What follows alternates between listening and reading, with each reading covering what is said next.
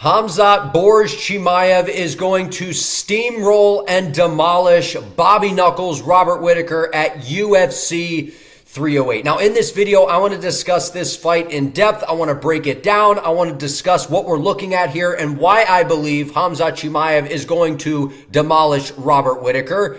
But I first want to mention, we got to give a shout out to Bobby Knuckles. Bobby Knuckles is one of the top middleweights, not just right now inside the division, but one of the greatest middleweights of all time. And he originally was scheduled to face Khamzat Chimaev at a fight night in the Kingdom of Saudi Arabia back in June. Khamzat Chimaev unfortunately had to pull out of the fight because he was sick.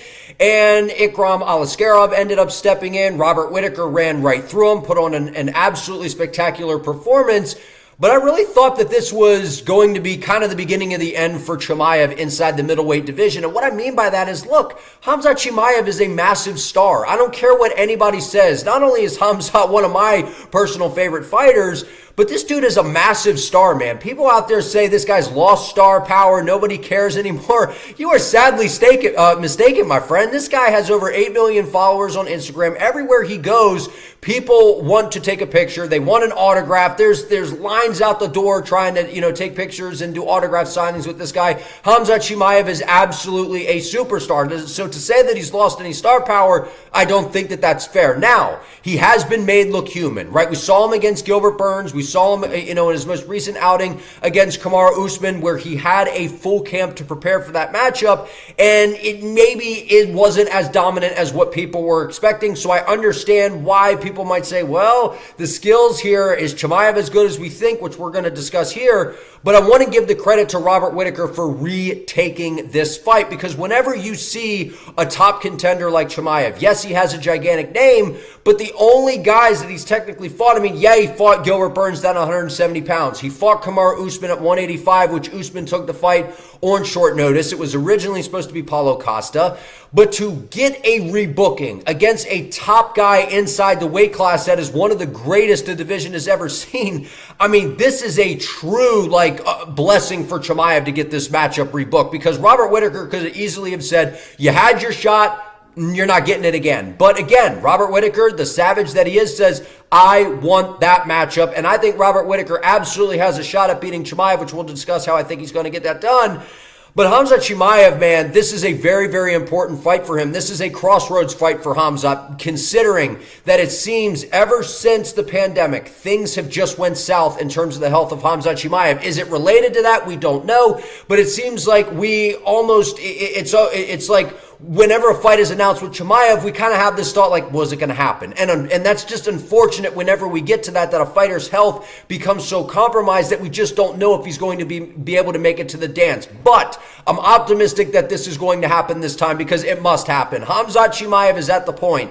There's no more waiting. He's now up into his 30s. We saw him come into the UFC flying through everybody. He was like, we were looking at this dude. It's like he had some of the craziest aura we have ever seen a guy have entering the UFC. This dude was running through people. He had you believing that he was going to go in there and just take no damage and ragdoll and beat everybody, win a belt and be double champ and triple champ. Whatever, and all these things, to now it's just as faded. And while, yes, he still is a star, he got made look human against Gilbert Burns, right? I think that Khamzat Chimaev dramatically underestimated Gilbert Burns coming into that matchup. Then he goes out there against Kamaru Usman. Nobody's dominated Kamaru Usman like that in the grappling, by the way, and we saw what he was able to do. But then as the fight progressed, Khamzat Chimaev was not putting out a lot of shots. He was kind of standing in front of Usman, letting Usman have a lot of success on the feet, to where a lot of people felt Kamaru Usman could have won the fight or should have won the fight. I still gave it to Khamzat Chimaev. But either way, the fight was very, very close. And considering Usman took it on 9 days' notice,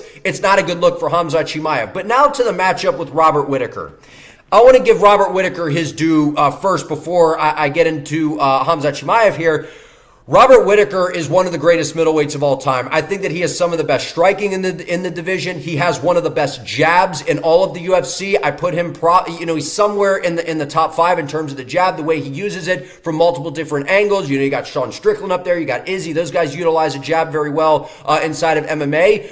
But Robert Whittaker does an amazing job as well. He utilizes good boxing. He darts in and out. He kind of fights in that karate-like stance. He's got good movement. He's got a good leaping left hook. He's got a good straight right hand. And Robert Whittaker is incredibly well-rounded. He has very good grappling of his own. He's just a very well-rounded fighter. The problem for Robert Whittaker in this fight is we have seen in the past, he's been taken down by Yoel Romero, which, I mean, granted, Yoel Romero, I mean, he's a high-level wrestler. He's a unit. He's a, an abnormal human being. He's a guy that's aging in reverse. Like, Yoel Romero is an absolute specimen. So to say that you're getting taken down by Yoel Romero, like, I'm not, like, ragging on him for it. I'm just saying Khamzat is a very different grappler than Yoel Romero. And if you're like, okay, well, that was just Romero, well, you look at the Dricus du Plessis fight, which is the last time Robert Whittaker has lost, and we saw Dricus du Plessis mix in the striking and then hide the grappling behind it, and he was able to take Robert Whittaker down and keep him on his back. And if I'm Khamzat Chimaev and team and I'm watching that fight, I am licking my chops like the wolf that Khamzat is.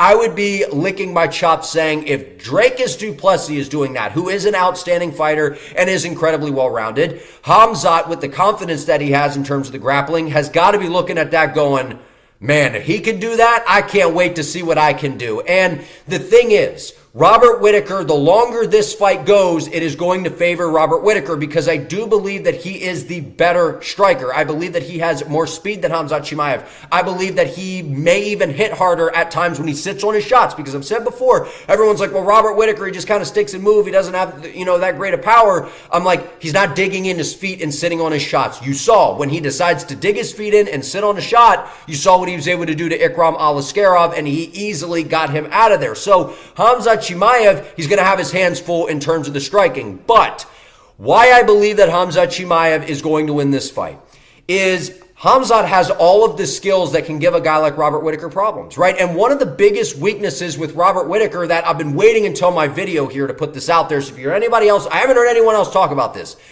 Robert Whittaker, one of the biggest downfalls in his career, or one of the biggest weaknesses with him, for whatever reason, out of this, if a guy switches to southpaw or if the guy just is a southpaw, Robert Whittaker does not see that straight left hand down the middle. He does not see a straight left hand down the middle. When you watch him against Darren Till, when you watch him against Israel Adesanya when Izzy went southpaw, when you watch him against Kelvin Gastelum, when you watch Dricus du Plessis switch to that southpaw stance, that power jab, those shots that come straight down the middle out of the southpaw stance, give Robert Whittaker problems. I'm not sure exactly why that is. I don't know if it's the stance switch. It's just the way it looks coming out of that stance. If he's not able to pick up on it, I don't know the reasoning.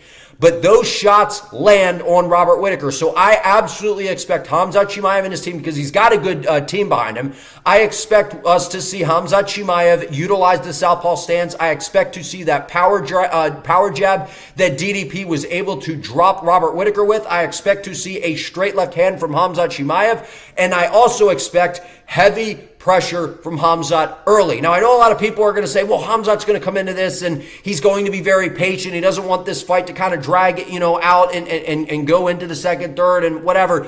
But Khamzat has gotten himself to where he is by being aggressive and overwhelming people. It's almost like how Conor McGregor in the striking puts his foot on the gas, gets in your face, backs you up, and puts you on notice immediately. Khamzat does that, but with the grappling. Now, what happens when that happens is now Robert Whittaker is going to be so worried about the grappling, now that opens up the striking. We've seen Kamaru Usman sleep Jorge Masvidal with a straight right hand. Why? Well, Jorge Masvidal was very worried about being taken down. We have seen Conor McGregor caught by a right hand from Khabib. And why was that? He was worried about the threat of the takedown. So when someone has a significant grappling threat, it tends to open up some of those shots on the feet. And Khamzat Chimaev does an outstanding job of feinting level changes, bouncing in and out of range, looking like he's going to shoot or actually shooting. So we are going to see if Robert Whittaker is able to defend these takedowns. But if I had to bet my money, Robert Whittaker is going to end up on the ground at some point, and Khamzat Chimaev is going to be